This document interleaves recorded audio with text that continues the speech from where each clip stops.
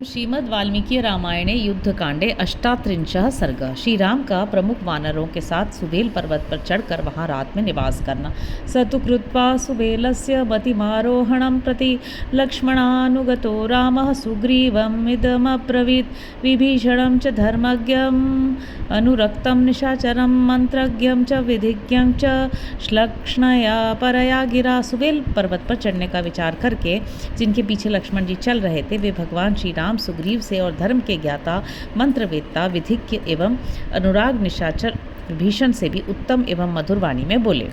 अनुरागी निशाचर विभीषण से भी उत्तम एवं मधुर वाणी में बोले। सुवेलम साधु शैलेन्द्रम मीमं धातु शतैश्चितम अध्यारोहामहे सर्वे वत्स्यामोत्र निशामिमाम।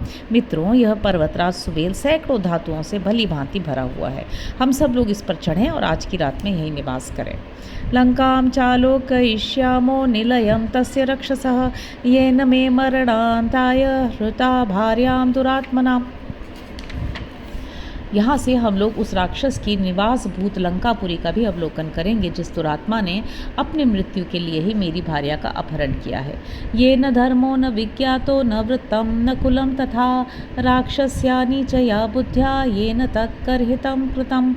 जिसने न तो धर्म को जाना है, न सदाचार को ही कुछ समझा है और न ही कुल का विचार किया है, केवल राक्षसोचित नीच बुद्धि के कारण ही वह निंदित कर्म किया है। तस्मिन् मे वर्तते रोषः कीर्तिते राक्षसाधमे यस्यापराधानीचस्य वधं द्रक्ष्यामि रक्षसाम। उस नीच राक्षस का नाम लेते ही उस पर मेरा रोष जाग उठता है। केवल उसी अधम निशाचर के अपराध से मैं समस्त राक्षसों का वध देखूंगा। एको हि कुरुते पापम कालपाशवशं गतः नीचेनात्मापचारेण कुलं तेन विनश्यति। काल के पाश में बधा हुआ एक ही पुरुष पाप करता है, किंतु उस नीच के अपने ही दोष से सारा कुल नष्ट हो जाता है। एवं सम्मन्त्रयन्नेव सक्रोधो रावणं प्रति राम सुवेलं वासाय चित्रसानुमुपारुहत। इस प्रकार चिंतन करते हुए ही श्री राम रावण के प्रति कुपित हो विचित्र शिखर वाले सुवेल पर्वत पर निवास करने के लिए चढ़ गए। पृष्ठतो लक्ष्मणश्चैनं गच्छत समाहितः सशरं चापमुद्यम्य सुमहत् विक्रमे रतः। उनके पीछे लक्ष्मण भी महान पराक्रम में तत्पर एवं एकाग्रचित हो धनुष बाण लिए हुए उस पर्वत पर आरूढ़ हो गए। तमन्वारोहत सुग्रीवः सामात्यः स विभीषणः हनुमानंगदो लीलो मैन्दो द्विविध एव च गजो गवाक्षो गवयः शरभो गन्धमादनः पनसः कुमुदश्चैव हरो रम्भश्च यूथपः जाम्बवाश्च सुषेणश्च ऋषभश्च महामतिः दुर्मुखश्च महातेजास्तथा शतवली कपिः एते चान्ये च बहवो वानराः शीघ्रगामिनः ते वायुवेग प्रवणास्तं गिरिं गिरिचारिणः।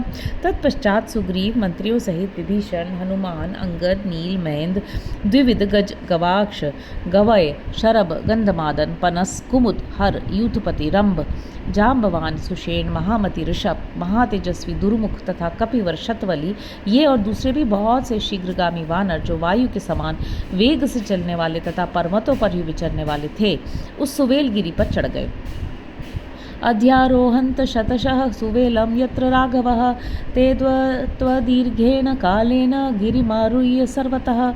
सुवेल पर्वत पर जहाँ श्री रघुनाथ जी विराजमान थे, वे सैकड़ों वानर थोड़ी ही देर में चढ़ गए और चढ़कर सब ओर विचरने लगे। तदृशुः शिखरे तस्य विषक्तामिव रखे खेपुरीं तां शुभां प्रवरद्वारां प्राकारवर्षोभितां लंकां राक्षससम्पूर्णां ददृशुर्हरियूथपाः।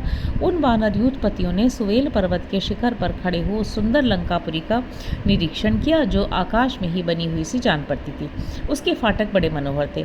उत्तम परकोटे उस नगरी की शोभा बढ़ाते थे तथा वह पूरी राक्षसों से भरी पूरी थी। प्राकारवर संस्थैश्च तथा नीलैश्च राक्षसैः ददृशुस्ते हरिश्रेष्ठा प्राकारं परम कृतम। उत्तम परकोटों पर खड़े हुए नीलवर्ण के राक्षस ऐसे जान पड़ते थे मानो उन परकोटों पर दूसरा परकोटा बना दिया गया हो। उन श्रेष्ठ वानरों ने वह सब कुछ देखा।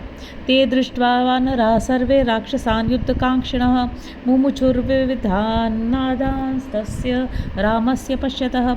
युद्ध की इच्छा रखने वाले राक्षसों को देखकर वे सब वानर श्री राम के देखते देखते नाना प्रकार से सिंहनाद करने लगे। ततोस्तमग गमत् सूर्यः संध्यया परिरंजितः पूर्णचंद्र प्रदीप्ता च क्षपा समतिवर्तत।